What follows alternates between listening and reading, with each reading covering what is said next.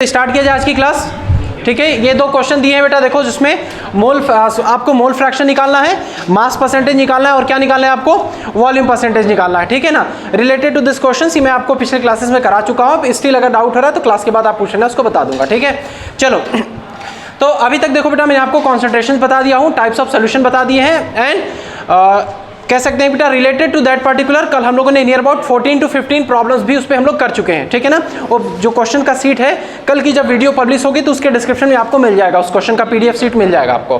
ठीक है, 3 दिन हम लोग की क्लासेस चलती हैं, Monday Tuesday Wednesday, Thursday Friday Saturday से मैं एक एक करके अल्टरनेट डेज पे वीडियोस डालता रहता हूँ। मंडे की वीडियो आपको थर्सडे में मिल जाती है क्योंकि क्लासेस ना रहता है, कर नहीं पाते हैं सब कुछ अकेले।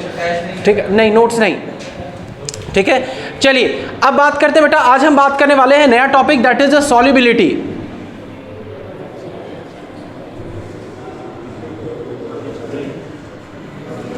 ठीक है, पहले पूरा अच्छे सुनो, कॉपी वगैरह सब बंद करो, एटलीस्ट जितना पढ़ा रहे हैं कुछ तो थोड़ा बहुत याद हो जाए, उसके बाद लिखेंगे, डोर मत बंद करो। ठीक है, तो कुछ थोड़ी बहुत चीजें हमको लर्न हो जाए बेटा एंड देन आफ्टर ठीक है लिखना लिखाना चलता रहेगा। ठीक है, चलो सबसे पहले बात करते हैं हम लोग सॉल्युबिलिटी की। देखो जब भी माइंड में आता है ये चीज बेटा सॉल्युबिलिटी, ठीक है, तो एक वर्ड ये क्लियर होता है हम लोग को कि सॉल्युबिलिटी है, it does mean I am talking about the solution. इतना तो क्लियर है, हम सोल्यूशन के बारे में बात कर रहे हैं। देखो डायरेक्ट मैं कोई डेफिनेशन आपको नहीं बता रहा हूँ, I am only starting with the initial of the chapter. ठीक है, जहां से चैप्टर हमने स्टार्ट किया था एकदम वहीं से देखो पिक करेंगे, शायद आपको समझा पाऊंगा, थोड़ी बहुत जो प्रयास रहेगा हमारा। देखो जब भी कभी सॉल्युबिलिटी की बात आती है, a general perception comes to our mind that is of solution. एक माइंड में फिगर बनता है कि एक बीकर है भाई, एक सोल्यूशन की बात हो रही है ना, जब भी सॉल्युबिलिटी की बात आ रही है। ठीक है, सोल्यूशन की बात। So if I am correct, in solution there are 2 things बेटा, solute as well as solvent. 2 चीजें हैं आपके पास, और आपको इतना भी पता है बेटा कि solute is being dissolved in the solvent. Solute को ही आप किस में डिसॉल्व करते हो, सॉल्वेंट में डिसॉल्व करते हो। ठीक है, सो देयर में बी सर्टेन केसेस, आपके पास कई केस अराइज हो सकते हैं। कौन से वो केसेस हो सकते हैं, इन सम ऑफ द केस हो सकता है कि आपका सोल्यूट डिसॉल्व ना हो। ठीक है, कुछ केसेस में हो सकते हैं कि आपके सोल्यूट काफी ज्यादा अमाउंट में डिसॉल्व हो। ठीक है, कुछ केसेस में कई और टेम्परेचर प्रेशर इन सब चीजों में चेंजेस करके हम कुछ ज्यादा और सोल्यूट को उसमें क्या कर सकते हैं, डिसॉल्व कर सकते हैं, उसमें और ज्यादा सोल्यूट को हम घोल सकते हैं। ठीक है, तो अब ये कितना सोल्यूट हम उसमें एक फिक्स अमाउंट में, अब जैसे मेरे पास ये बीकर ये लेट से, ठीक है, तो अब इस बीकर में हमारे पास वाटर लेटर सपोज हमने लिया बेटा, इस वाटर में हम कितना अमाउंट ऑफ सॉल्ट शुगर जो भी आप कह लो सोल्यूट के फॉर्म में, जो आपको बेहतर लगे जिससे आप समझ पाओ, उसको हम कितना घोल पाएंगे, कितना हम डिसॉल्व कर पाएंगे, that will be called is your solubility. ये तो जनरल समझने वाली बात रही।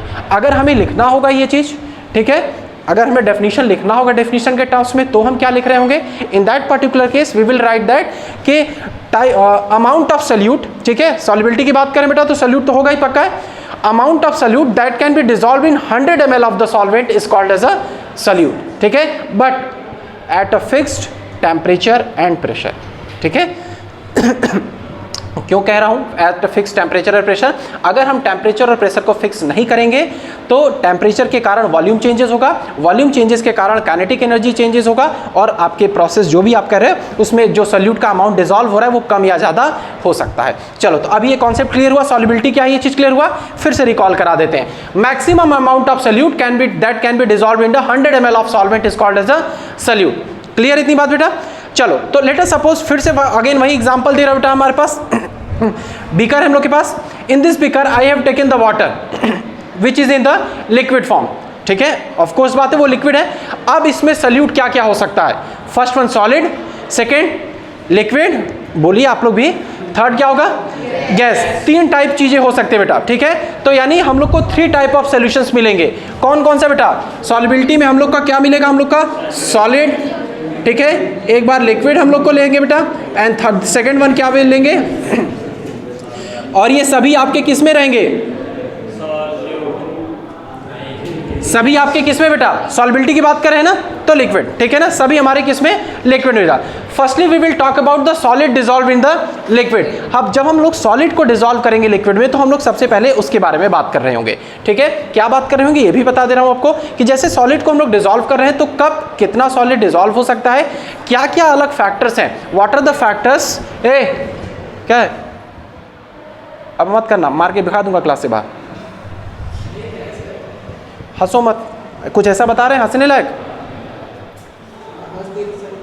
हम देखें ये बात कर रहे हो आगे।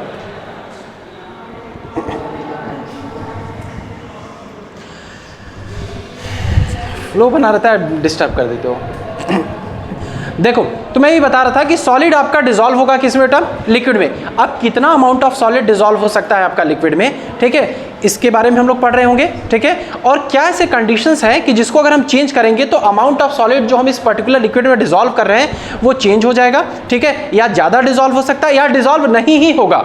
इन्हीं सब चीज़ों के बारे में पहले हम लोग पढ़ रहे होंगे, ठीक है। चलो तो इसके बारे में बात करते हैं। सबसे पहला देखो, लेट अस सपोज कि हमारे पास बीकर ही बेटा, हमने वाटर लिया है, इसमें थोड़ा सा सॉल्ट हमने इसमें ऐड किया, हो जाएगा, सॉल्युबल हो जाएगा आसानी से। इन दैट कंडीशन जो सोल्यूशन आपके पास रहेगा, इसमें हमने थोड़ा सा सॉल्ट डिसॉल्व किया, या डिसॉल्व आपका हो गया। In that particular case this type of solution will be called as a saturated solution. क्या कहेंगे बेटा इसको हम लोग? Saturated solution. इसको हम लोग बेटा सैचुरेटेड सॉल्यूशन कहेंगे। But at after certain interval of time और सर्टेन पॉइंट ऑफ टाइम, एक ऐसा समय भी आएगा जब इसमें मैं कंटिन्यूअसली सॉल्ट को डिसॉल्व करता रहूँगा, लेकिन अब फर्दर इसमें सॉल्ट डिसॉल्व नहीं होगा। At that particular point of time this solution will be called as बेटा, सॉरी अभी इसको सैचुरेटेड कहेंगे, पहले वाला था अनसैचुरेटेड, थोड़ा गलती हो गया मुझसे, सैचुरेटेड। अभी इस पहले वाले केस में आपका क्या रहेगा? अनसैचुरेटेड, मतलब जिसमें और ज़्यादा सॉल्यूट आप आसानी से डिसॉल्व कर सके उसको अनसैचुरेटेड, जिसमें अब कोई सॉल्यूट नहीं डिसॉल्व हो सके उसको आप कह रहे होंगे बेटा सैचुरेटेड सॉल्यूशन। कैसे डिफाइन करेंगे? Such type of solution in which no more of solute can be dissolve at a fixed temperature and pressure is called as a saturated solution. एक ऐसा solution which allow more of the solute can be dissolve at fixed temperature and pressure is called as a unsaturated solution. समझ में आई थी बात? But as far as I can guess, आप सभी ने देखा होगा बेटा कि जो फेस्टिवल्स वगैरह के टाइम पे, ये शायद आप लोग को 11th में बताया भी था कि नहीं वो दूसरा एग्जाम, लेकिन कुछ उसी से रिलेटेड कह सकते हैं कि आप देखो बेटा कोई ऐसे कुछ मिठाई वगैरह बनती है तो देखो, क्या आप देखा होगा कि मम्मी लोग जब उसे उसका शुगर का बनाती है बेटा, तो अभी वो लोग क्या करती हैं कि टेम्परेचर को इंक्रीज़ करती है, ठीक है ना, सॉल्युबिलिटी बढ़ने लगता है जिससे, ठीक है। तो हालांकि वो अलग प्रोसेस है, बट थोड़ा सा मैं वहाँ से हेल्प ले रहा हूँ समझाने के लिए कि अभी हमारे पास लेट अस सपोज ये तैयार हो गया बेटा saturated solution, but what I am doing कि हम यहाँ पे टेम्परेचर इंक्रीज कर रहे हैं with the help of burner flame, जैसे भी करके मैं टेम्परेचर इंक्रीज कर रहा हूँ। जैसे ही हम टेम्परेचर इंक्रीज करेंगे थोड़ा सा अमाउंट ऑफ सॉल्यूट इसमें और डिसॉल्व हो जाएगा। आई am saying only little bit amount, फिर से उतना ही नहीं, हाँ बता उसका रीजन भी बताऊंगा अभी। थोड़ा सा अमाउंट क्या होगा बेटा सॉल्यूट का और डिसॉल्व होगा, ठीक है। सच और अब फिर अच्छा अब रीजन भी पहले इसी टाइम बता देते हैं कि why there is a condition या why I am saying that some more solute can be dissolve in this saturated solution. इसके पीछे का कारण क्या है समझो इसको। देखो जब हम मॉलिक्यूल्स को क्या करेंगे बेटा, उनको हीट बढ़ाएंगे तो उनकी काइनेटिक एनर्जी बढ़ेगी। जब काइनेटिक एनर्जी बढ़ेगी तो मॉलिक्यूल्स मूव करेंगे फ्रॉम हियर एंड देयर। अब मॉलिक्यूल्स यहाँ से यहाँ मूव किया बेटा, तो इनके बीच में आपको क्या दिखेगा? स्पेस दिख रहा है। इस स्पेस में आपका जो भी सॉल्यूट के पार्टिकल्स है वो आके क्या करेंगे? फर्दर स्पेस ऑक्यूपाई कर लेंगे and there will occur the process of diffusion. इस तरीके से यहाँ पे थोड़ा सा, बहुत ज़्यादा नहीं, थोड़ी सी और अमाउंट ऑफ सॉल्यूट आप डिसॉल्व कर सकते हो। इतना क्लियर हुआ? ठीक है। बट इसी सोल्यूशन को अगर फर्दर आप फिर कूल करते हो या आप फ्रिज में रख देते हो, क्या होगा कि थोड़ा सा सॉल्यूट आपका फिर उससे बाहर अब आ जाएगा। क्यों? क्योंकि जब टेम्परेचर घटेगा तो काइनेटिक एनर्जी फिर कम होगा, काइनेटिक एनर्जी कम होगा तो मॉलिक्यूल्स पास पास आने की कोशिश करेंगे और वो वाला पार्टिकल आपका, मतलब जो सॉल्यूट आपने एक्स्ट्रा ऐड किया है वो बाहर जाने की कोशिश करेगा। तो बॉटल के बाहर आप भी आपको क्या देखने को मिल जाएगा वो चीज़। Got it? समझ में आए? And such type of solution, ऐसे सोल्यूशंस को आप लोग कहेंगे बेटा सुपर सैचुरेटेड सोल्यूशन। क्लियर है? चलो तो अभी तक हमने जितना बताया 2 मिनट में उसको 1 मिनट में उसको रिवाइज करा दे रहा हूं। हमने बताया बेटा आपको सॉल्युबिलिटी क्या है? Solubility maximum amount of solute that can be dissolve in a solution. वो सॉल्युबिलिटी किस किस चीज की सॉल्युबिलिटी बात कर रहे हैं हम लोग? सॉलिड के लिक्विड में, लिक्विड के लिक्विड में और गैस के लिक्विड में। ठीक है। उसके पहले हमने आपको टाइप्स ऑफ सोल्यूशन भी बता दिया, कितने? अनसैचुरेटेड, सैचुरेटेड और सुपर सैचुरेटेड। क्या है हम लोग का अनसैचुरेटेड? जिसमें हम लोग और ज्यादा amount of solute continuously dissolve कर सके। बट सैचुरेटेड में कोई भी अब अमाउंट ऑफ सॉल्यूट उसमें डिसॉल्व नहीं होगा, लेकिन अगर उसका टेम्परेचर बढ़ाते हैं तो थोड़ा सा सॉल्यूट उसमें और डिसॉल्व हो जाएगा और फिर अगर उसको हम कूल करते हैं फर्दर तो उसमें कुछ सॉल्यूट के मॉलिक्यूल्स आपके बाहर आ जाएंगे and such type of solution will be called as a done. यहां तक हम लोग को समझ में आएगा। चलिए अब बात करते हैं बेटा हम लोग सॉलिड लिक्विड उसके टाइप्स ऑफ सॉल्यूशन की। तो देखो इसका डेफिनेशन बताने की जरूरत तो नहीं है कि सॉलिड लिक्विड हम लोग का क्या होता है सोल्यूशन, ठीक है। When solid act as a solute and water act liquid act as a solvent, this is your called as a solid liquid solution. This is need not to be explain much more time, ठीक है, जरूरी नहीं कि इसको बार बार explain किया जाए। अब बात कर लेते हैं कि क्या वो फैक्टर्स हैं जिसके वजह से सॉलिड की सॉल्युबिलिटी अफेक्ट होगी, मतलब इंक्रीज होगी या डिक्रीज होगी, किसमें, लिक्विड में। तो अगला हेडिंग हम लोग का होने जा रहा है बेटा कि factors affecting solid dissolution of solid in liquid. आप लोग को नहीं लिखना, देखो पहले पूरा समझो, हम एक एक लाइन करके लिखवा देंगे। तो सब अब होगा हेडिंग है बेटा हम लोग का factors affecting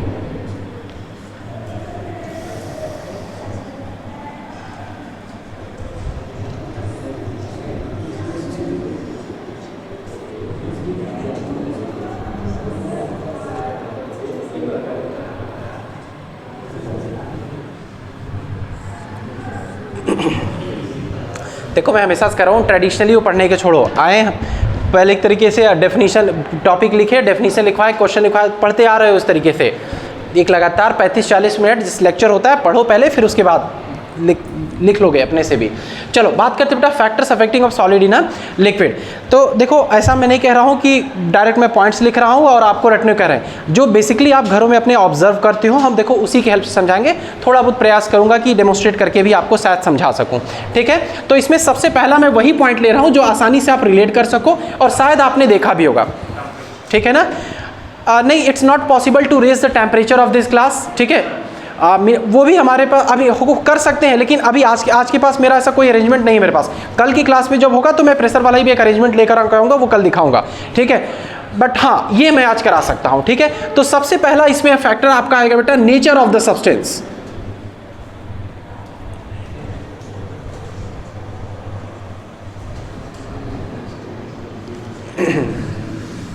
nature of the substance. अब ये देखो कैसे समझाएंगे आपको नेचर ऑफ द सब्सटेंस में।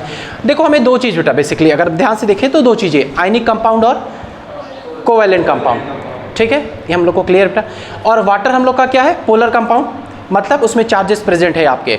और आप जानते हो कोवैलेंट कंपाउंड्स में क्या है, चार्जेस नहीं प्रेजेंट। जैसे मैंने CH4 का एग्जांपल लिखा है, वहाँ पे कोई चार्जेस नहीं प्रेजेंट है। इवन आप कह लो जितने भी ऑर्गेनिक कंपाउंड है, अगर है भी तो पार्शियल पोलर है वो आपके, ठीक है। वही अगर NaCl की बात करते हैं हम, KCl की बात करते हैं, या कोई भी आप सॉल्ट ले लो तो आपके क्या होंगे, पोलर ही नेचर होंगे, उसमें पोलैरिटी होगा, उसमें चार्जेस प्रेजेंट होगा, तो वो वाटर में आसानी से डिजॉल्व हो जाएगा, ठीक है। और वहीं आपका जो नॉन पोलर वाला है वो वाटर में डिजॉल्व नहीं होगा। Let us consider an example of, कह सकते हैं कि बेटा आप केरोसिन ऑयल ले लो, can we dissolve kerosene oil in water, it's practically impossible. Further उसके टेक्निक है अलग करने के, लेकिन इस तरीके से हम नहीं, मतलब फिजिकली हमने उसको मिक्स नहीं कर सकते, कोई केमिकल रिएक्शन फिर हमें कराना पड़ेगा, ठीक है। अब जैसे देखो इस तरीके से मैंने दो एग्जांपल, अच्छा रुको अभी इसके बारे में बताता हूँ, ठीक है। तो दो हम लोग के पास मैं इस तरीके से दो एग्जांपल लिखता हूँ। सपोज करो, लेट अस सपोज कि हमने यहाँ पे एक लिया बेटा पोलर सोल्यूट लिया है, और दूसरा हमारे पास क्या बेटा यहाँ पे नॉन पोलर है, ठीक है। तो नॉन पोलर वाला जो सोल्यूट होगा वो किस में डिसॉल्व होगा, नॉन पोलर सॉल्वेंट में। Like an example benzene, ether, carbon disulphide, कई ऐसे आपके एग्जांपल्स हैं। Similarly polar solute can be dissolve in the polar solvents like water, KCl, HCl, sulphuric acid, ये सभी आपके क्या होंगे, पोलर सॉल्वेंट। तो यहां से क्या मैं एक लाइन लिख सकता हूं, अगर मैं जो लिख रहा हूं आप एग्री करना तो बताना,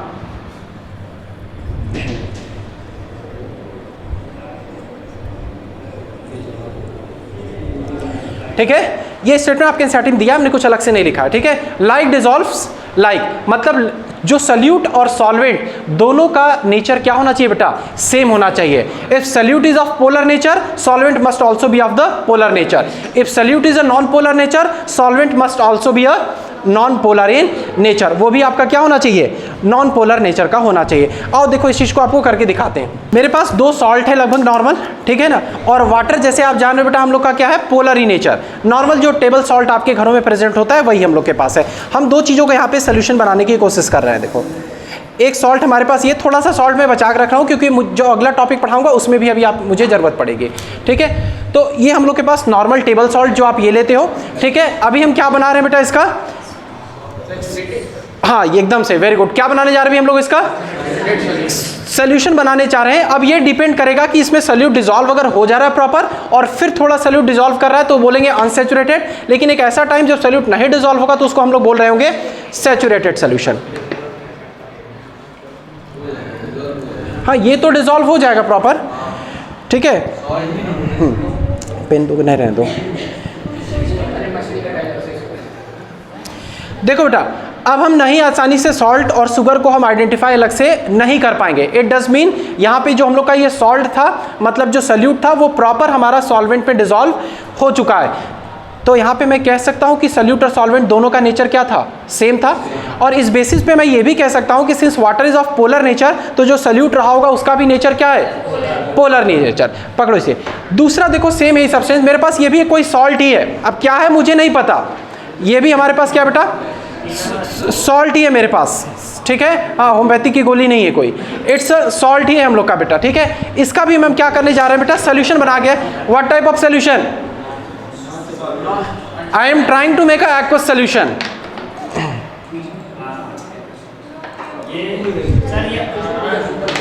पेन दोगे बेटा, ब्लैक वाली पेन देना। देखो आप मैं कितना हो डिजॉल्व करूंगा बेटा, नो मैटर कितने देर तक हम डिजॉल्व करेंगे, इसमें डिजॉल्व हो रहा है, ठीक है। कितना हूं आप, ठीक है, इसमें स्टिरिंग करो या कुछ भी करो, या डिजॉल्व इसमें नहीं हो रहा है। इट डज मीन सल्यूट और सॉल्वेंट का नेचर इसमें क्या होगा, डिफरेंट। उसमें सॉल्ट, हाँ वही बात है बेटा, इसका मतलब उसमें सल्यूट और सॉल्वेंट। इससे हमें एक बात तो क्लियर है, अगर दोनों ही बीकर को हम ध्यान से देखें बेटा, तो दो एक चीज हमें क्लियर है। इसमें देखो ये जो सल्यूट था वो डिसॉल्व नहीं हुआ, बट इन दिस केस हमारा ये सल्यूट क्या हो गया, प्रॉपर डिसॉल्व हो गया। तो पहला टॉपिक जो हमने पढ़ा है कि नेचर ऑफ द सल्यूट और सॉल्वेंट दोनों क्या रहना चाहिए, सेम। किस चीज के लिए, सॉल्यूशन बनाने के लिए। यहाँ पे हम लोग का डिसॉल्व नहीं हो रहा है। तो फॉर योर इन्फॉर्मेशन मैं आपको बता दूं, ये जो हमारे पास प्रेजेंट बेटा, इट्स कैम्फर, और कैम्फर आपका क्या होता है, ऑर्गेनिक कंपाउंड, जो कि नॉन पोलर इन नेचर है। वाटर क्या है आपका, पोलर इन नेचर है, वो डिसॉल्व नहीं होगा।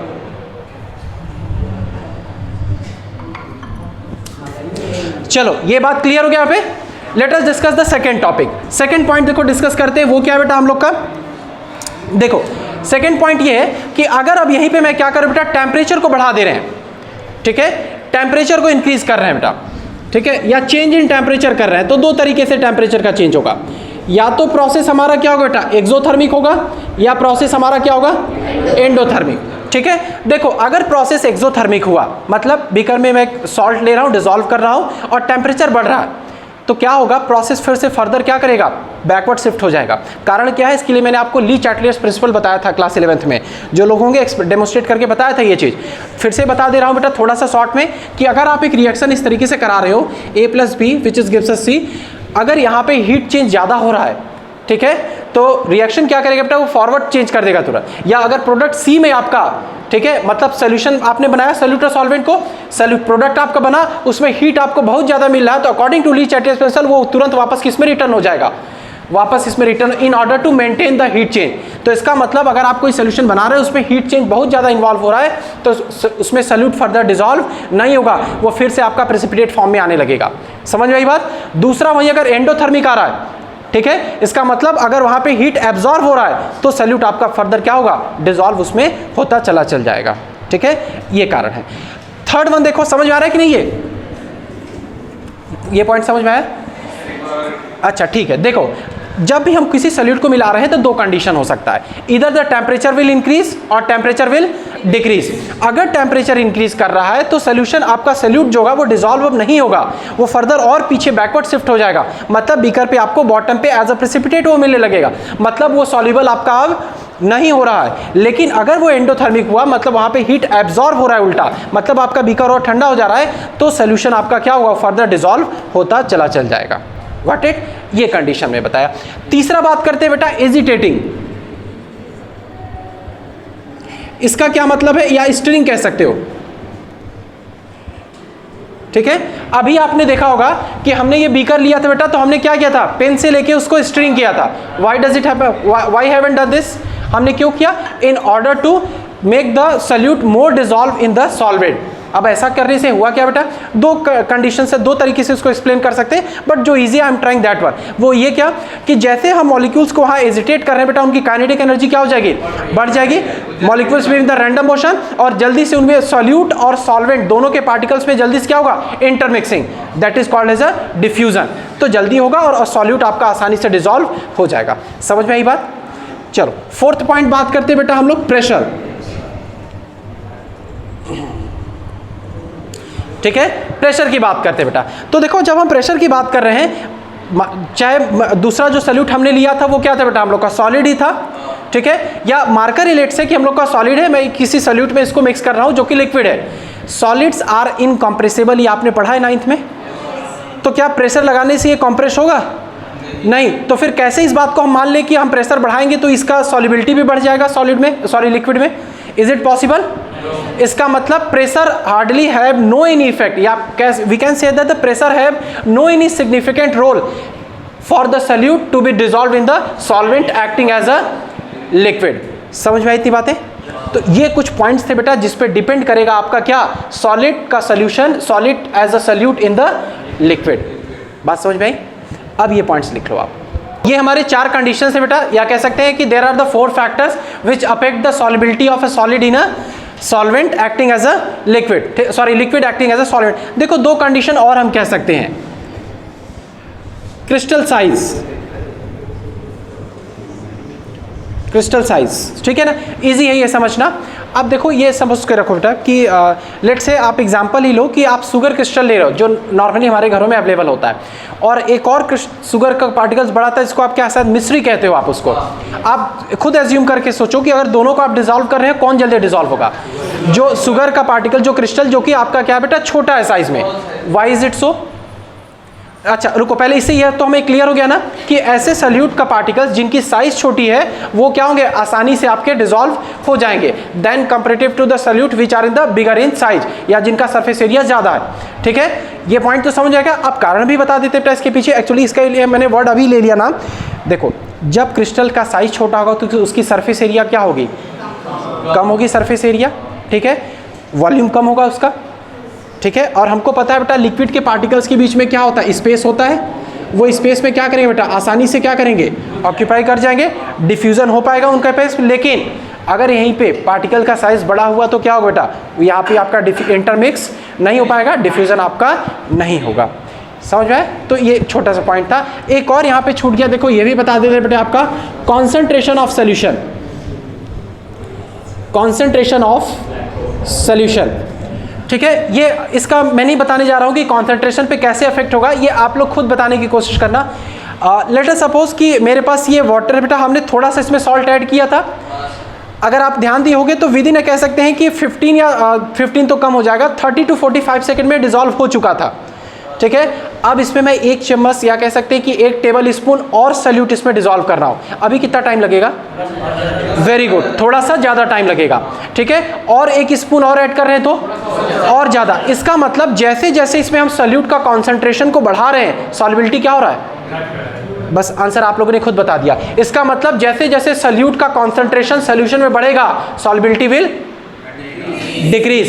As the concentration of the solute in the solution will increase, its solubility will decrease. समझ में आई बात? लिखो दोनों पॉइंट्स को, अपने लैंग्वेज में लिखिए दोनों पॉइंट्स को।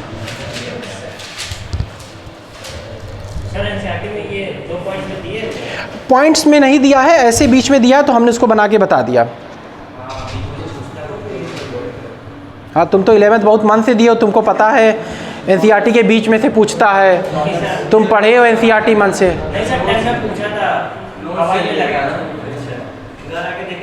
कैसे 12th में पहुंच गए तब?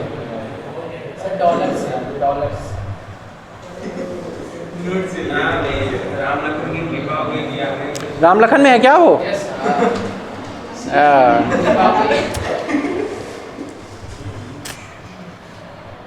तब तो कुछ बोलने लायक नहीं है।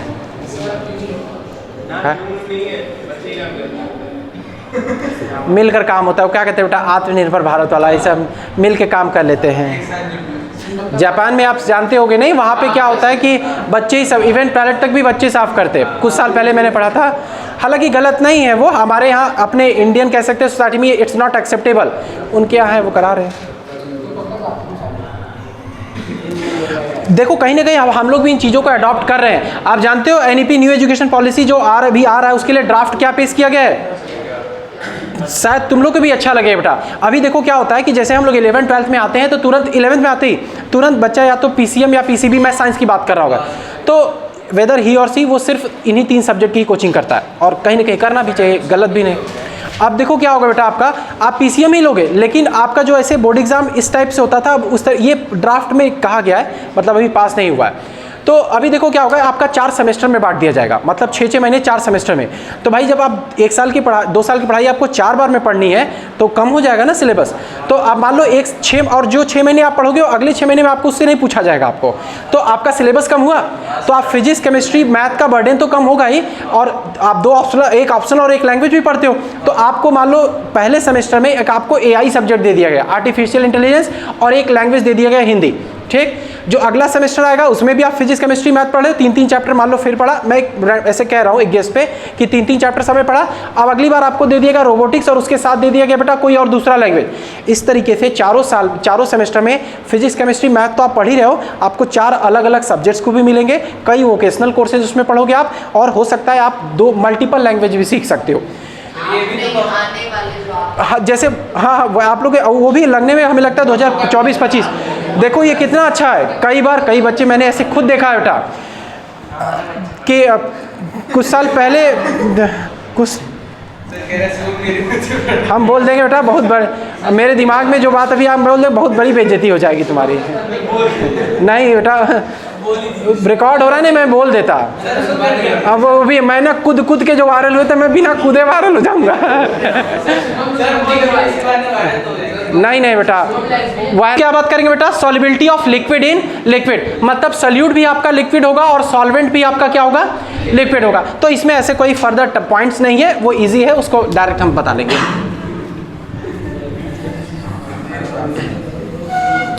देखो इसमें भी सेम वही चीज बेटा, ठीक है, जो पहला कंडीशन यहाँ पे आपको मैंने लिखा था कि nature of the solute and solvent, इसमें भी आपका वही रहने वाला है। ठीक है, कैसे एग्जांपल वही रहने वाला है, लेट अस सपोज आपने यहाँ बेटा यहाँ पे वाटर ले रखा है, ठीक है, अब इस वाटर में आप ऐड कर रहे हो बेटा NaCl, दोनों ही पोलर, सॉरी NaCl तो हो जाएगा आपका, ठीक है। आप सपोज करो इसमें आप ऐड कर रहे हो बेटा इथाइल अल्कोहल C2H5OH। अब आप कहोगे कि सर ये तो कोवेलेंट कंपाउंड है, वाटर तो पोलर नेचर का है, लेकिन ये इसमें डिसॉल्व हो जाएगा। कारण क्यों बेटा, देखो कि इनके बीच में इंटरमॉलिक्यूलर हाइड्रोजन बॉन्डिंग होगा, आपने 11th में पढ़ा होगा ये चीज़, इंटरमॉलिक्यूलर हाइड्रोजन बॉन्डिंग होगा बेटा यहाँ पे। ठीक है, अगर दूसरा यही आप केस ले, चलो ये मैं दूसरा बताता हूँ, आपने बेंजीन लिया बेटा यहाँ पे C6H6, ठीक है, अब दूसरा कोई कंपाउंड इसमें आप डिसॉल्व कर रहे हो, लेट अस सपोज करो methoxy ethane OCS, sorry methoxy methane, ठीक है, नहीं समझ में आ रहा है मेथॉक्सी मीथेन, कोई बात नहीं, बस ये आप समझ रखो कि दोनों ही क्या है आपके ऑर्गेनिक कंपाउंड है, दोनों ही नॉन पोलर नेचर के। मैं इसका सोल्यूशन ले रहा हूँ, सपोज करो, दोनों आसानी से क्या हो जाएंगे, डिसॉल्व हो जाएंगे, लेकिन सॉरी ये भी आपका डिसॉल्व हो जाएगा। वहीं अगर मैं इस वाटर में मैं डिसॉल्व करने की कोशिश करूँ इस बेंजीन को या इसको, तो ये आपका डिसॉल्व नहीं होगा। तो सेम उसी पॉइंट को हम लोग कंटिन्यू करेंगे यहाँ पे कि लाइक डिसॉल्व्स लाइक। अब इसका कारण भी समझ लेते हैं कि ऐसा क्यों हो रहा है। मान लो बेटा ये जो आपका इसमें वाटर प्रेजेंट है, इसको आप A टाइप का सोल्यूशन कह रहे हो और इसको आप कह रहे हो B टाइप का सोल्यूशन, ठीक है।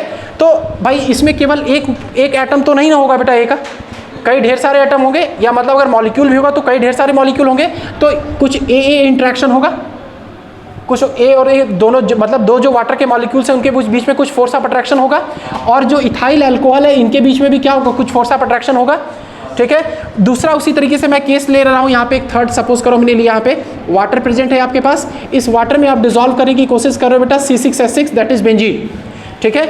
देखो बेंजीन आपका ऑर्गेनिक कंपाउंड है, इसके बीच में जो फोर्स लगेगा बेटा वो आपका लगता है van der Waals force of attraction, ठीक है, जो कि एक बहुत ही वीक फोर्स ऑफ अट्रैक्शन है। और दूसरा यहाँ पे आपके पास है वाटर जो कि पोलर नेचर का है, आप इसमें जानते हो कौन सा बॉन्ड लगेगा, ठीक। जब आप इसको डिसॉल्व करने की कोशिश करोगे, दो कंडीशन बेटा, पहला तो इसके बीच का बॉन्ड ब्रेक होना चाहिए, मतलब वाटर का नहीं, वाटर और वाटर के मॉलिक्यूल का, ये आपका स्ट्रॉन्ग है, ठीक है, आयनिक पोलर नेचर का, क्या बॉन्ड ब्रेक कर पाएगा ये बेंजीन क्या इसका बॉन्ड ब्रेक कर पाएगा, नॉट पॉसिबल, नहीं ब्रेक कर पाएगा इसका बॉन्ड। तो क्या ये आसानी से डिसॉल्व होगा इसमें, मतलब वाटर और C6H6 के बीच में कोई बॉन्ड बन पाएगा, नॉट पॉसिबल, इसी वजह से इसमें डिसॉल्व नहीं होगा। But in the case of, इन दोनों के केस में, इसमें भी वही फोर्स ऑफ अट्रैक्शन, इसमें भी वही फोर्स ऑफ, आसानी से इनके साथ क्या बन सकता है बेटा, बॉन्ड बन सकता है, और ये आपका आसानी से मिसिबल होगा। सेम केस इसमें भी है, ठीक है। ये बात तो सही है कि इसमें हम इसको ये इथाइल अल्कोहल इसका बॉन्ड ब्रेक नहीं कर पाएगा, लेकिन एक दूसरे टाइप का बॉन्ड बन सकता है इसके बीच में, that is intermolecular hydrogen bonding, जो कि आपका एक electrostatic type of force of attraction होता है। इसी वजह से इसमें यह डिसॉल्व हो जाएगा। तो ये solution of liquid in liquids में भी इस बात पे डिपेंड करता है कि आपका नेचर ऑफ द सोल्यूट और सॉल्वेंट क्या है। समझ में आई बात?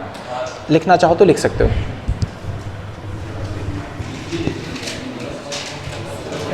हम इसलिए लिखने को कह रहे हैं कि आज लिख के आओगे, कल इस पे मतलब जितना इसको पढ़ा रहा हूँ इतना लिख लो, इस पे कोई पॉइंट्स या जैसे भी करके आप घर पे लिख के आओ, पढ़ के आओगे, कल इस पे ओरली 3 4 5 10 क्वेश्चन कुछ पूछेंगे और पूरा लिखवा दूंगा। इसलिए मैं ये दे रहा हूँ, लिखना कह रहा हूँ, क्योंकि अब आज मैं लिखवा नहीं पाऊँगा। तो आज जाओ इसको पढ़ के, जो भी बुक है आपके पास जैसे भी मन है पढ़ के आओ पूरा, इस पर कुछ 1 2 क्वेश्चन या कह सकते हैं कि इंडिविजुअली 2 4 5 क्वेश्चन पूछ लिया, उसके बाद मैं सारा लिखवा दूंगा आज का।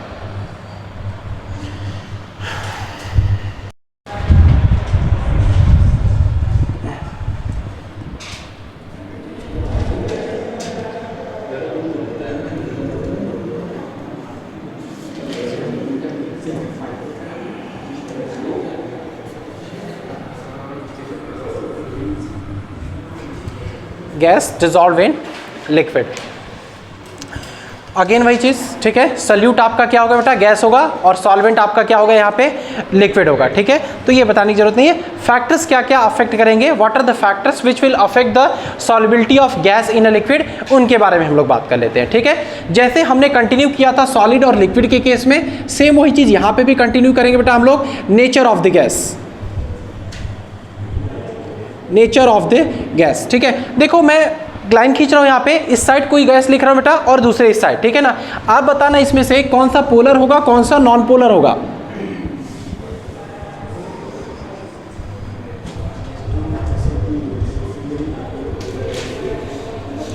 देखो आप आसानी से देख पाओगे ये सभी आपके क्या है बेटा? Non polar in nature. वहीं ये सभी आपके क्या है बेटा? Polar in nature. अगर नहीं समझ में आ रहा तो ऐसे समझ लो, नाइट्रोजन आपका क्या बेटा? इलेक्ट्रोनिगेटिव इन नेचर है। इलेक्ट्रॉन डेंसिटी ये ले लेगा, इसके ऊपर कैसा चार्ज आएगा? पार्शियल निगेटिव, और इस हाइड्रोजन पे आपका क्या डेवलप होगा बेटा? Partial positive charge, polarity develop हो गया। और वाटर आपका क्या है? पोलर, ठीक है। तो यानी ये सभी वाटर, ये सभी जो गैसेज हैं आपके, अमोनिया गैस, HCl का वेपर, ये वाटर में आसानी से डिसॉल्व हो जाएगा। वाइल ये सभी आपके क्या है? नॉन पोलर है। अगर ये नॉन पोलर है तो ये केस में डिसॉल्व होंगे, वाटर में आसानी से डिसॉल्व नहीं होंगे, और ये आपका नॉन पोलर सॉल्वेंट में ही डिसॉल्व होगा, like benzene, ether, carbon disulphide, कई भी ऐसे हो सकते हैं। इतनी बात समझ में आई? सेम वही चीज बेटा कि आपका जो पोलर सॉल्वेंट, पोलर गैसेस होंगे, पोलर इन नेचर, उसमें डाइपोलर अट्रैक्शन लगेगा, वो आपके वाटर में डिसॉल्व हो जाएंगे, दूसरे नहीं होंगे। सेकेंड कंडीशन बात करते हैं प्रेशर या टेम्परेचर की बात कर लेते हैं पहले। देखो ये एक्सप्लेन कर पाना थोड़ा इजी है टेम्परेचर के केस में।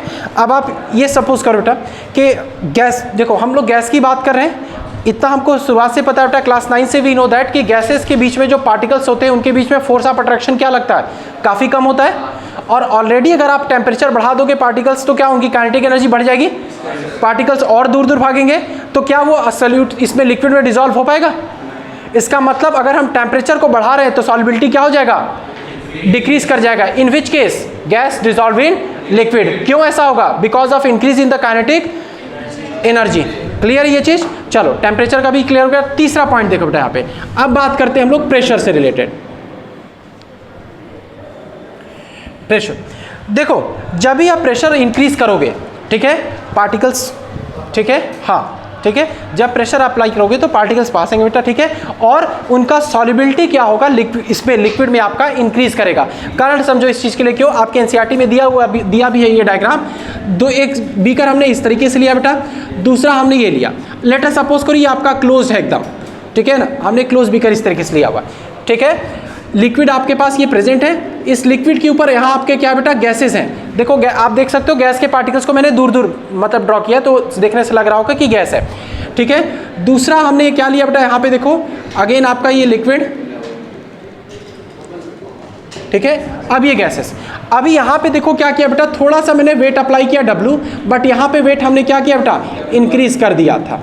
सपोज करो मैंने इंक्रीज कर दिया, ठीक है ना, हमने इंक्रीज कर दिया, वेट इंक्रीज कर रहा है, इसका मतलब प्रेशर बढ़ रहा है ना, ठीक है। देखो इनिशियली क्या रहा होगा बेटा कि जब हमारा ये क्लोज सिस्टम है, ध्यान से समझना, क्लोज सिस्टम है, तो जितना मॉलिक्यूल ऑफ वाटर वेपर के फॉर्म में यहाँ इस सरफेस पे जा रहा है, या कह सकते हैं इस एम्प्टी स्पेस पे जा रहा है, उतना ही वेपर यहाँ पे भी तो आ रहा होगा। मतलब दोनों के बीच में एक इक्विलिब्रियम मेंटेन है आपका, ठीक है। लेकिन जैसे ही हम यहाँ पे क्या करें बेटा, आप लोग का प्रेशर बढ़ा रहे हैं तो ज़्यादा जितना नंबर ऑफ गैसेस मॉलिक्यूल्स क्या आएंगे, पास में आएंगे, यानी यहाँ पे कॉन्सेंट्रेशन क्या होगा आपका, गैस मॉलिक्यूल्स का बढ़ेगा। और अगेन फिर से वो क्या करेंगे बेटा, इक्विलिब्रियम मेंटेन करने की कोशिश करेंगे, किसके साथ, जो लिक्विड यहाँ पे प्रेजेंट है। तो उसके लिए वो क्या करेंगे, इनके जो इंक्रीज्ड मॉलिक्यूल्स यहाँ पे है उसको वापस वो किस में भेज देंगे, लिक्विड में। सोच पा रहे हो बात को। और उतना ही मॉलिक्यूल्स वापस फिर से लिक्विड क्या करेगा, इस वेपर स्टेट में यहाँ पे भेज देगा। इसका मतलब इसकी सॉल्युबिलिटी इसमें क्या हो गया, इंक्रीज हो गया। क्यों इंक्रीज हुआ, क्योंकि यहाँ आपने वेट ज़्यादा लगा दिया। इसका मतलब इनडायरेक्टली ऐसे भी कह सकते हैं कि यहाँ पे आपने क्या किया था, प्रेशर इंक्रीज किया था। तो क्या हम भी इस बात को यहाँ पे कह सकते हैं कि प्रेशर इंक्रीज करने से सॉल्युबिलिटी क्या होगी गैसेस की, बढ़ जाएगी। कहाँ पे, लिक्विड्स में। समझ में आई बात। इस चीज़ को दिया था बेटा हेनरी सर ने, ठीक है। 2-3 टर्म्स इसमें आते हैं, पार्शियल वेपर प्रेशर के टर्म्स वगैरह आते हैं, जिसको कि हम लोग फर्दर कल की क्लासेस में पढ़ रहे होंगे। क्या क्या पढ़ा हम लोगों ने, एक बार फिर से आज रिकॉल करा देता हूँ बेटा आपको। सॉल्युबिलिटी के बारे में पढ़ा, saturated, unsaturated, super saturated, solid dissolve in liquid, क्या क्या फैक्टर्स थे उसके, अलग अलग फैक्टर्स के बारे में हम लोगों ने बात कर लिया। उसके बाद liquid dissolve in liquids with the certain examples, और last gas dissolve in liquid. इसके बारे में थोड़ी बातें अभी भी रह जा रही हैं, हेनरी लॉ, उसका एप्लीकेशन, उसका लिमिटेशन, उसके न्यूमेरिकल्स, जो कि हम लोग फर्दर कल की क्लासेस में कर रहे होंगे। लेकिन आज जो पढ़ा है पहले कल लिखवा देंगे, थोड़ा सा टाइम हम लोग के पास बचेगा फिर भी, and then after we will continue this topic gas dissolve in liquid. समझ में आया।